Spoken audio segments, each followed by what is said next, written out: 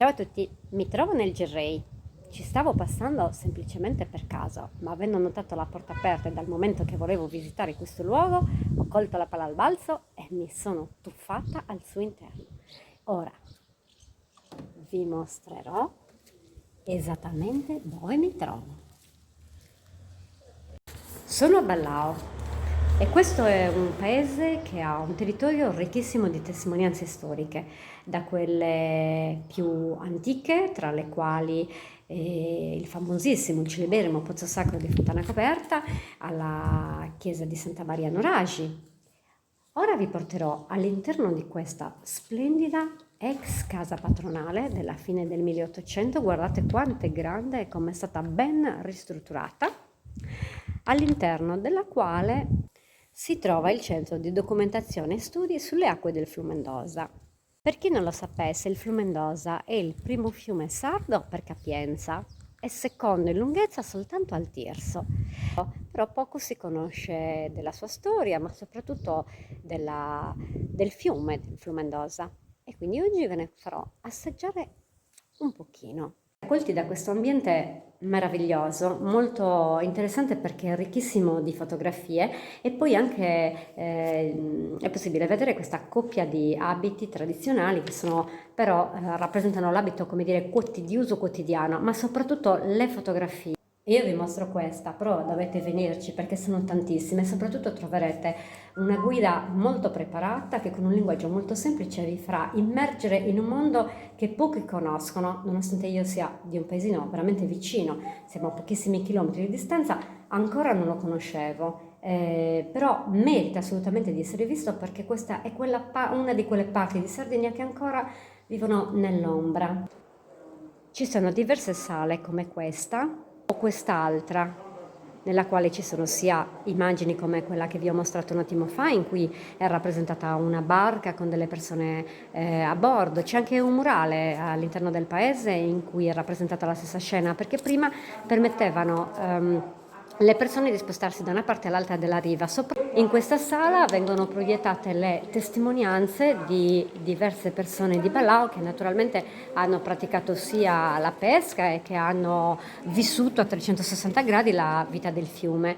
Tanti pannelli come questo espositivi vi raccontano della fauna che era presente in questo territorio, è tutto molto ben documentato, una luce illuminerà gli animali. Di là una scritta vi dirà qual è il loro nome, sia in italiano che in latino. La nomenclatura binomia e qui, in quest'altra sala enorme, è rappresentato su 3 pareti un acquario virtuale che mostra sia la parte della fauna che si trova diciamo dove si origina il fiume, sia quella della foce, però io non ve la mostro tutta, dovrete venire e senza fretta lasciarvi trascinare dalle immagini e dai racconti della guida che, come vi ho detto, sono veramente molto interessanti. È super interessante anche questa stanza dei bidoni, vi spiegheranno per quale ragione è stata allestita in questo modo. In una delle sale potete anche osservare questi pannelli descrittivi di tutto il territorio e di tutte le principali attrazioni sia di Balao che dei paesi che sono intorno dell'Interland. All'ultimo piano è presente questa sezione dedicata in particolar modo al pozzo di Sacro di Fontana Coperta. Anche qui ci sono sia dei modellini, c'è il modellino del pozzo,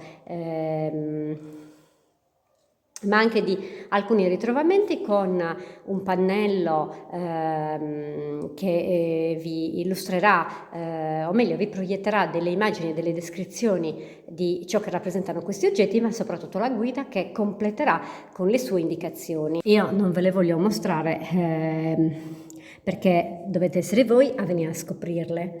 Invece in questo che una volta sicuramente era un ambiente molto interessante che si trova nella parte esterna del grande piazzale di questa casa, è stato allestito un'altra sezione del museo nella quale è possibile vedere tutti gli tanti degli attrezzi che venivano utilizzati per la pesca, ma anche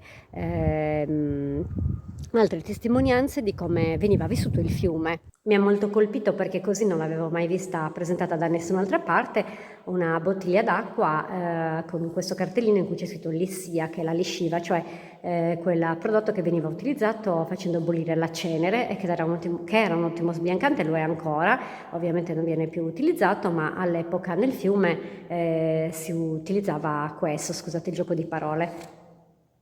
Molto bello e interessante, spero che vi sia piaciuto questo video e veniteci e poi fatemi sapere che cosa ne pensate. Ciao, a presto per una prossima storia e grazie per aver guardato il video.